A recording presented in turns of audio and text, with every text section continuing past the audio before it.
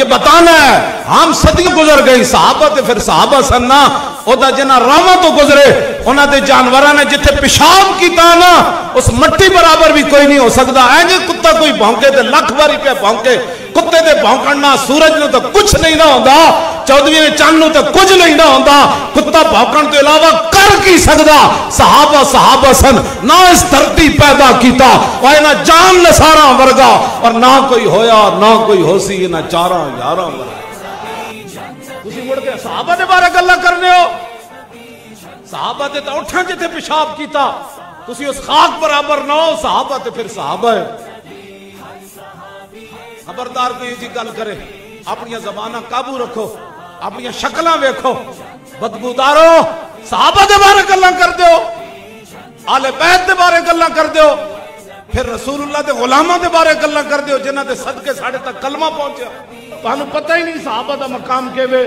حضرت عبداللہ بن مبارک کو کسے پوچھا انہیں کیا جناب عمر بن عبدالعزیز افضلن یا امیر معاویہ سنو مجدد الفسانی نے کی لکھیا عبداللہ بن مبارک فرمایا ہوئے امیر معاویہ نے جڑا گھوڑا دوڑایا نا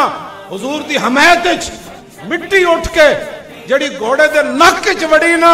عمر بن عبدالعزیز نا کئی درجے افضل اور اعلیٰ تے وہ مٹی ہے جڑے امیر معاویہ دے گھوڑے دے نک وچ داخل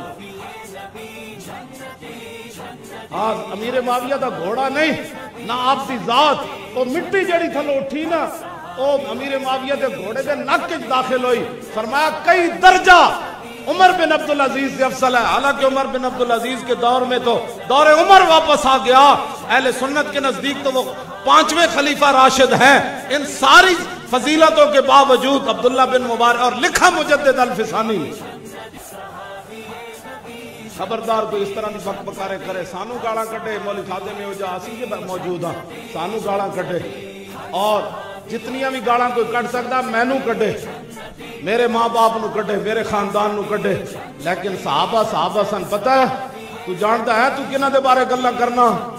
اس امت سب تو افضل ترین صحابہ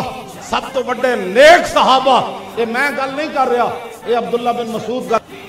عبداللہ بن مسعود فرمانا او جدہ کسی پیچھے چلنا چاہتا نا وہ صحابہ محمد دے پیچھے چلے انہاں کہا کیوں انہاں کہا کانو افضل حاضل امہ اس امت جو سب تو فضیلت آڑے او سب تو بڑے نیک ہو سب تو بڑے عالم ہو کیوں فرمایا اللہ نے اپنے حبیب کی غلامی کے لیے ان کو منتخب کیا اور پوری دنیا میں دین کا جھنڈا بلند کرنے کے لیے اللہ نے صحابہ کا انتخاب کیا فرمایا انہاں دے راہ تے چلو جتنا ہو سکے انہاں دی اخلاق تے سیرتاں اپناؤ وہی صراط مستقیم